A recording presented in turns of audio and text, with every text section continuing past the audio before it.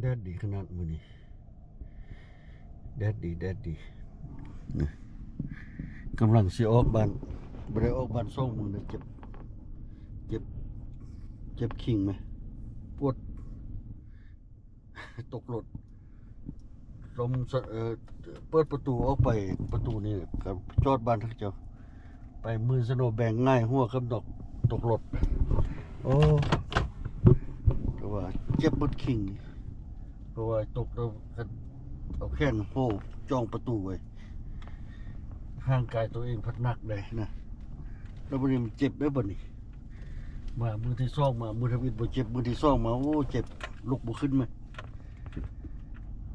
ลุกบ่ขึ้นห้าก็ออกบานมื้อนี้แหละห้าก็ออกบานมื้อนี้แหละเพราะว่านี่หมดมือบ่ได้ออกบานกินยาใส่หมดมือเพราะว่าปวดเบิดกำเลยนี่เพราะว่าตัวเองน้ำหนัก200 ผ่าแล้วเพราะว่าไปโหประตูคันบ่โหประตูหัวนอกใส่อันบนตีนเย็บขึ้นในรถดีนะนั่นแหละจึงโหประตูไว้จนเจ็บมันน่ะร่างกายนี่ลงแหงนี่มันค่อยๆได้มือสโนมันลงแหงอีหลีได้มือน้ำแข็งนะกันมือดีแต่มือขันครัวจองประตูไว้ได้ไหมเจ็บมันโอ้ตายโอ้มือนี้แดดดีขนาดมือนี้แดดดีอากาศดีอากาศเป็นซัมเมอร์แล้วแต่ทั้งเย็นอยู่เลยทั้งเย็นอยู่สิออกไปเอายาอยู่วอมาเนี่ยนะมือนี้มีเวียกออกไปเอายาวมากเด็กน้อยลูกหลานครับพาของเฮียนมาอยู่นำมาพ่อแม่เข้ามาฝากอยู่เฮือนนั่นเข้าร้านที่เพิ่นมีบ่ได้ไปวัดอยู่แล้ววันจันทร์นะเข้าร้านมาอยู่นำพ่อแม่ก็ไปเหตุการณ์นั้นเขาบ่ได้เข้าเฮียนนะเขาพักกันนะสปริงเบรก10 มื้อผู้ใดจังน้อยนะเจ็บมันนี่ยังเจ็บอยู่นะนี่แค่นี้เทิร์นพวงมาลัยรถนี่ยังเจ็บอยู่เลยนี่ป้าก็ไม่เจ็บเอาเสียวะเทิร์นพวงมาลัยรถก็ยังเจ็บไม่ได้งานดีง่ายได้ก็มันเจ็บเลยเมื่อวานนี้กินยาคุมยาใส่มือมันเจ็บ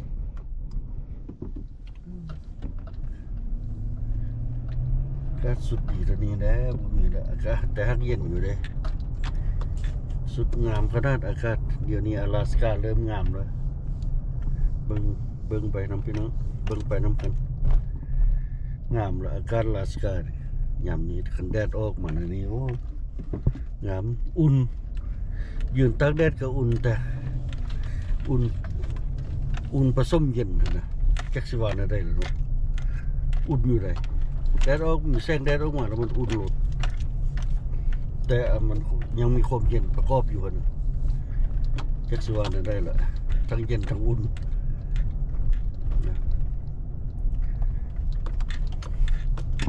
ไปห้าเอายาอยู่ว่ามากก่อนเพราะว่ายาหม้อดร.สั่งมาอยู่ฮั่นละเขาสั่งไปเอาละเขาเห็นแล้ว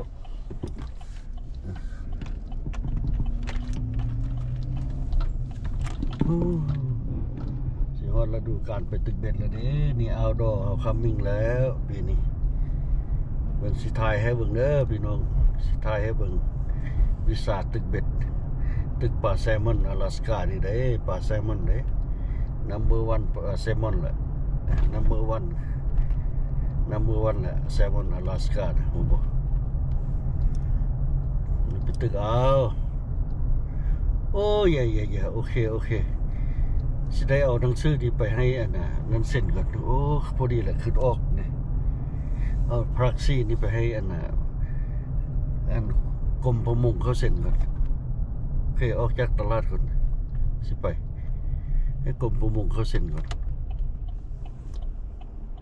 เอาพรักซี่ไปให้กรมประมงเซ็นโอเคนะ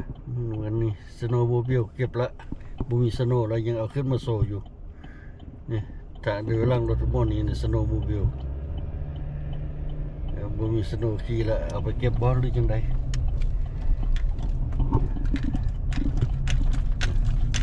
เขาเริ่มมีคาสิโนแล้วเด้อยู่นี่อลาสกานี่นะเริ่มเขามีสละมาสิ้นแล้วเขาเริ่มมีคาสิโนแล้วสิไปเที่ยวอยู่นะไปจับจอบเบิ่งก่อนเสียงโศกจักเล็กจักน้อยบางเทื่อได้โศกจัก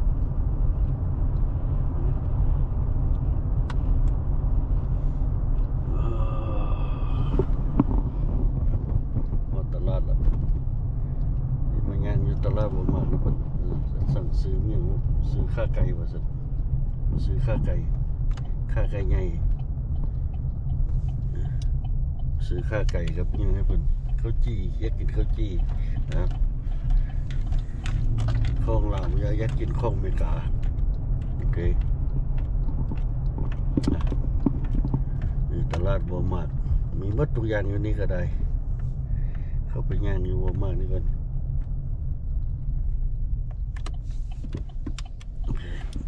โอ้ยปวดมืดแค่นี้ยังบ่ดีเธอไหมปวดมืดไหมยังบ่ทันดีเธอเทิร์นพวงมาลัยนี่เจ็บหมดโอเคเอาเข้าพักขิงก่อนนี่พักขิงเขานี่แหละนี่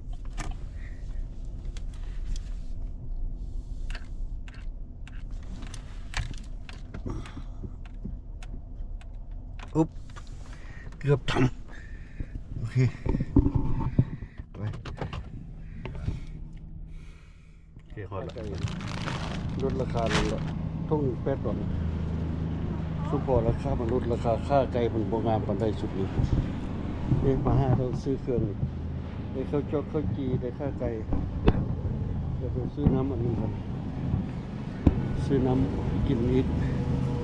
นี่อันนี้เครื่องสมุกอยากกินฮอทดอกสมาซื้อฮอทดอกไปกินซื้อข้าวจีฮอทดอกไปกินนี่ข้าวหมูสมุกนี่คลีมันสมุกมันอะไรวะสมุกพอกเทล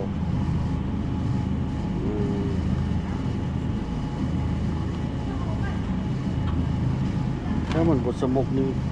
เคยกินนะสมุกมันบดขักบดแดนอยากกินข้าวจอกข้าวจีไปเสนอจุดว่ากินแฮมเลยซื้อแฮมพวกนี้เดี๋ยวจะไปซื้ออันนั้นกันซื้อฮอทดอกก่อนไปเอาฮอทดอกก่อนไปเอาฮอทดอกอยากกินฮอทดอกเอาฮอทดอกบันส์ฮอทดอกบันส์มีอยู่นี่อันนี้เบอร์เกอร์บันส์โอ้นี่ฮอทดอกบันส์ไงฮอทดอกบัน$3บ่ได้นี่บันอุปโภคซื้อส่งอ่ะซื้อส่งอ่ะฮัลโหลมาซื้อยังมาซื้อซิมบ่โอเคมาซื้อฮอทดอกวันนี้ขายฮอทดอกไปแล้วฮอทดอกนี่ฮอทดอกทึกๆนะฮอทดอกนี่ฮอทดอกนี่คือนี่ดูนี่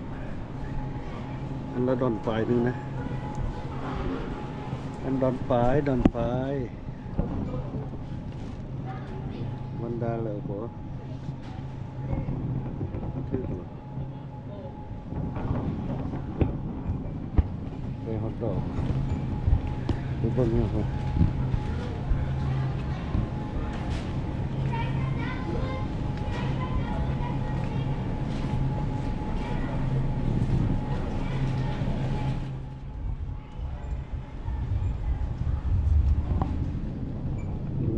ข้าวจะฮอทดอกโอ้คุณนี่ต้องกินเล็กน้อย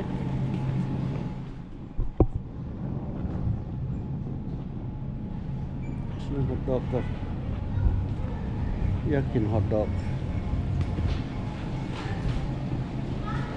นี่ใส่ดอนปลายนี่ราคาดอน36 เซนต์มีจักอันนี่มี12 อัน2 4 6 8อัน8 อันตัวดอนปลายนี่เท่าไรอันบิ๊กแฟมิลี่ 6 ดอนอันนี้ตัวใหญ่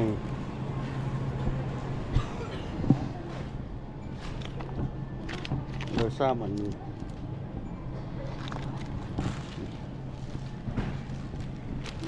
3 ดอกโอเค3 หัวดอก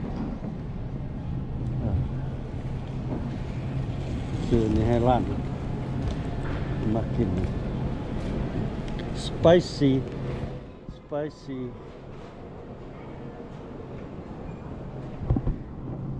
เด็กน้อยมากินไม่ค่อยเด็กน้อยอันแนวนี้นะ spicy นี่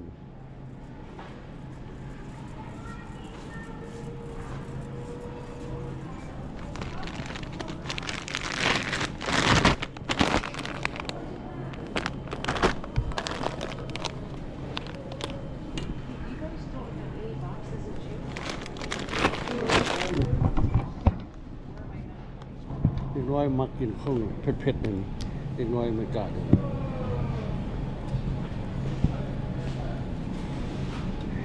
มีกาแฟนี่แรกเข้าออนเซลเครื่องอยู่นี่เครื่องได้เข้าออนเซลเข้ามาไว้นี่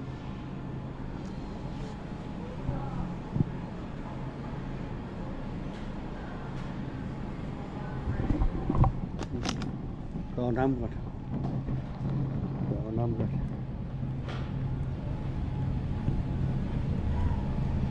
นี่โดนน้ำอยู่นี่เอาน้ำจากซ่อง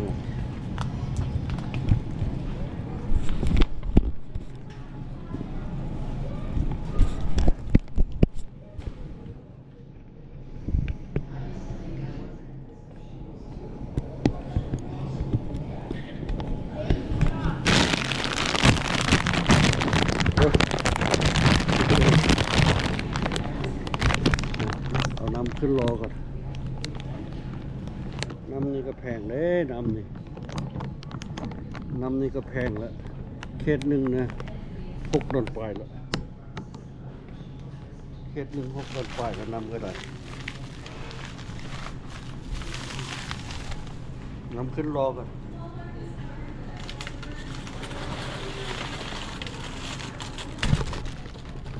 เอาจากซ่องแพ็คหนึ่ง6 ดอนปลายซื้อไปกินนี่ตัวไปหายฮันเอาไว้ครัวกินน้ำก็ได้โอ้ไปซื้อน้ำกินไหมตัวไปหายน้ำมันเอาไปหายแต่ละเดือนหนึ่งหายเท่านึงนั้นเอามาครัวกินได้อันนั้นนะอันนี้เอาไปกินดื่มมันง่ายดีกูต้องได้เอาใส่จอกใส่ยังมันเลยง่ายดีไหมโอเคโอ้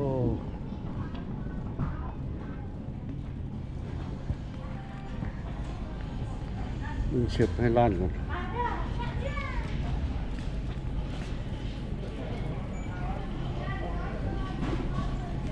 แบบน้อยๆมักอันนี้ให้ฝั่งน้อยๆมินิ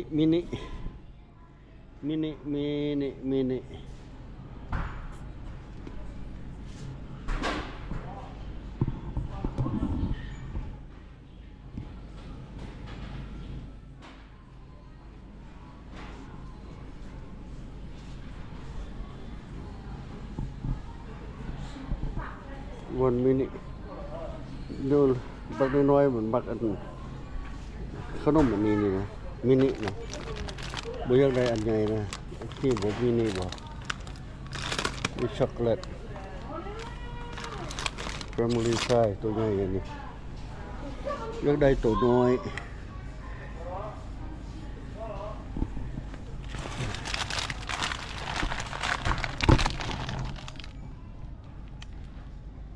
เดี๋ยวบูสเตอร์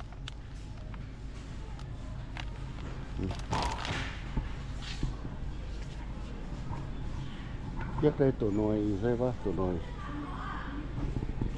มินิ small เฮียบักน้อยมักหน่อยนี่บักน้อยลูกหลานมันซื้อไปเหมือนกันนะนี่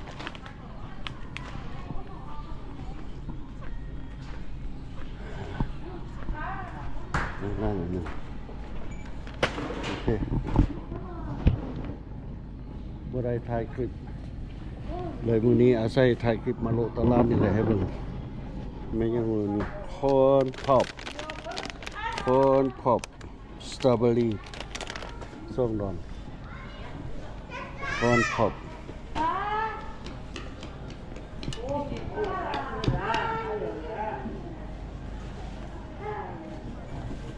เบิ่งเฉียบ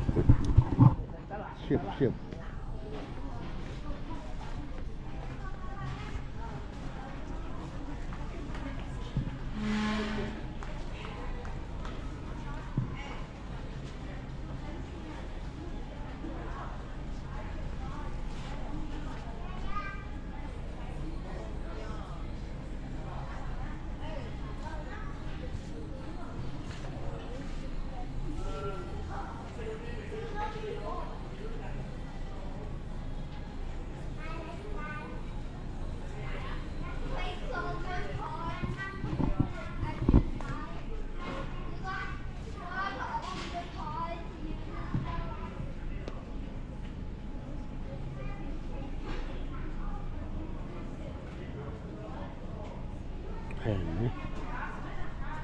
เฉียบนี่กับแพงเลย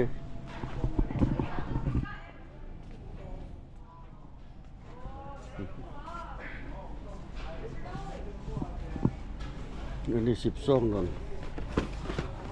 นี่จะกัน18 บาท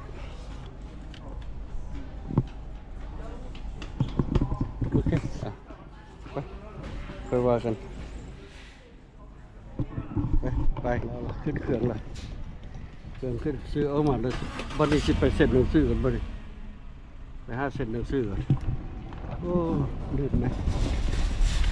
ไปเซ็นหนังสือเลย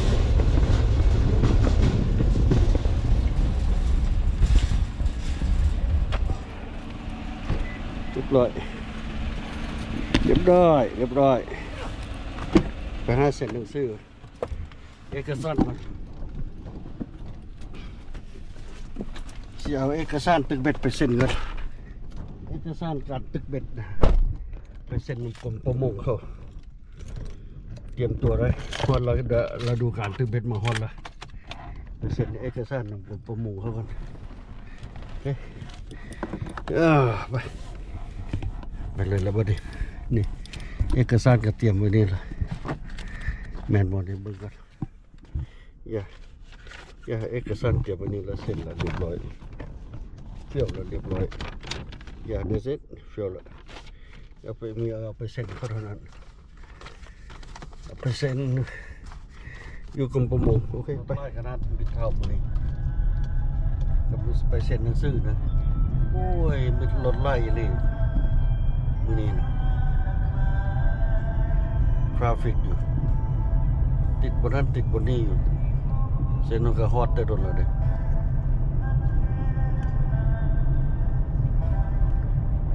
โอ้รู้สึกว่าเจ็บบาดีไล่เจ็บแอวไล่เดี๋ยวนี้นี่นะรู้สึกว่าเจ็บไล่เลยตั้งแต่ลมมานี่ตั้งแต่ลมมือนั้นมานี่เจ็บเลยเจ็บอยู่เดี๋ยวนี้บ่เศร้าเจ็บอีหลีเอาเพ่งเทปติดไว้กับบ่อยู่เดี๋ยวนี้กับบ่ทุเลาไหมธรรมดาเพ่งเทปมันติดเข้าไปแล้วมันคอยทุเลานิดนึงอันนี้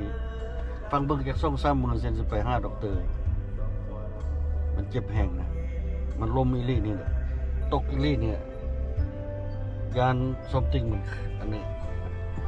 พวกตัวเองมีแต่อันน่ะในแอลมีน็อต3-4น็อต7น็อตนะทั้งหมดนะสมมาลมตื่นโอ้สงสัยมันสิไปกระเทือนใส่ตัวนั้นตัวน็อตเขาจับไว้นะถ้าเบิ่งกันบ่ดีคอยบ่ทุเลาดึงกันมันคอยทุเลาลงโอเคถ้ามันบ่คอยทุเลาก็ไปให้หมอเขาเอ็กซเรย์มันลมอีลี่นี่แหละลมแท้ลมวาเนี่ยคนผู้ใหญ่200 กว่าเผาตกรถโธ่เจ้ากันหัวนอกกันเพราะว่าโอ้บัดไปเลยนะกันหัวนอกใส่ขันเยียบมันบัดไปเลยแหละขนาดระวังปานนั้นมันยังมึนตัวเองก็ว่าตัวเองระวังแหละเรื่องกับ กับน้ำคอกน้ำแข็งเรื่องไอเรื่องเลยระวังขนาดแหละไม่อยากให้ตัวเองล้มนี่แหละยังล้มอยู่ใดบ่แม่ขนาดระวังไหนpay attention ละได้ยังล้มจนใดไม่กล้าเจ็บหมดนะแขนขานี่เจ็บหมดเดี๋ยวนี้นี่จนนี่สำคัญนี่แอวนี่เดี๋ยวนี้แอวนี่เจ็บเพราะว่าแอวคนคิดมันพังลงเลยเลยมันพังลงเลยนี่เจ็บแอวเบื้องขาเบื้องซ้ายนี่เอาเพ่งเทปติดไว้อยู่มันก็บ่อยู่ไหมยังเจ็บอยู่รู้สึกว่าเจ็บแผลโอเคใกล้ๆสิฮอดมองอันน่ะเส้นหนังสือแล้วก็อยู่ไกลไปเลิกมาตั้งแต่หัวเมืองมาห้างเมืองตั้งแต่ห้างเมืองมาหัวเมืองมันอยู่หัวเมืองนี่ตรงนี้มิดเท่าอยู่หัวเมืองในตรงนี้โอเคใกล้สิฮอดแล้วซื้อเครื่องแล้วก็เลยมาเป็นพวกกบประมงอะไรอย่างนี้นะพวกเข้าห้องอเมริกาห้อง Fish and Game แต่ภาษาลาวนั้นมันกรมประมงนั่นแหละกรมประมงผู้เขาปล่อยป่าออกมาให้ตึกผู้เขาปล่อยเกี่ยวกับสัตว์น้ำสัตว์กรมประมงเลยดิ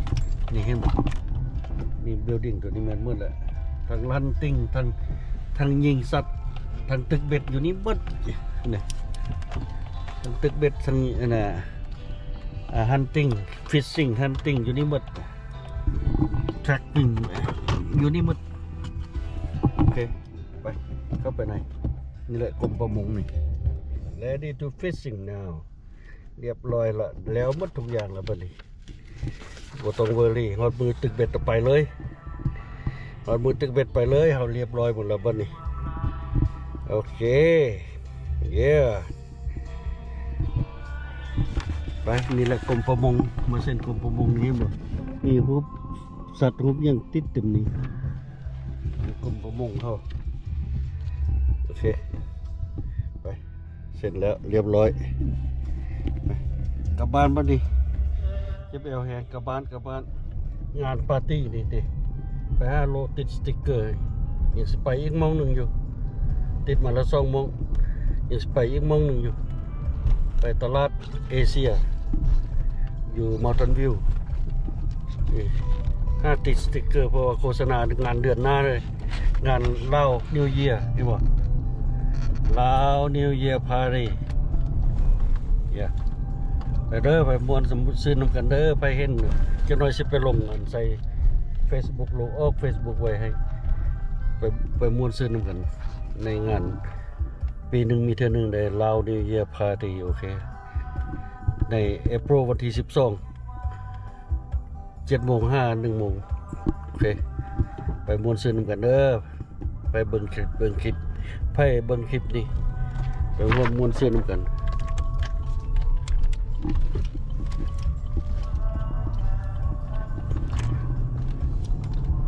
โลไล่ทีมึงนี่ไปโลติดสติ๊กเกอร์ไหม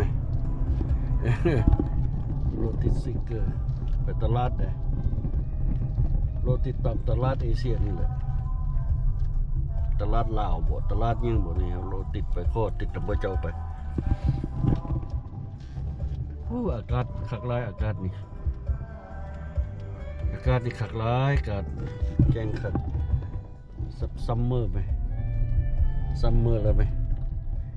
ปีนี้มูมีสโนว์เลยสโนว์ไปลงอยู่รัดลุมพุ่นหมดลงเจอซ่องซ้ำเถื่อหัวปีเท่าเดี๋ยวนี้ไหมแสดงว่าโลกนี้ฮ้อนแหละขนาดอลาสก้าบ่มีสโนว์แล้วโลกฮ้อนแหละน้ำแข็งไอซ์เบิร์กอยู่ขั้วโลกเนื้อพวกนึงเปื่อยเลยโลกฮ้อนนะโอเคน้ำแข็งเปื่อยแล้วอยู่ขั้วโลกเนื้อพวก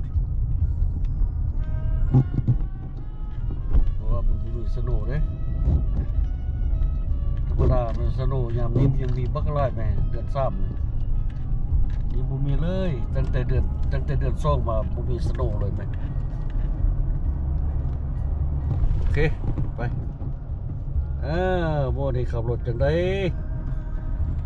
เสียดยังขับรถนี่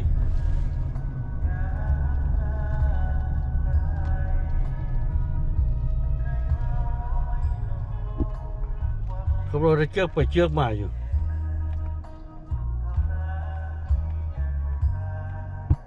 เมื่อกี้มันเชือกเข้าอันเลนนี่แหละมันเชือกเอาไปไม่ใช่เชือกกลับคืนมาเองแหละ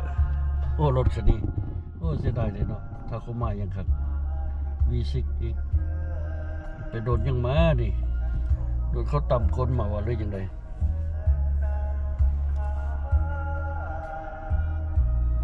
ถ้าเขามาเนี่ยโอเคอยู่ถ้าเขามา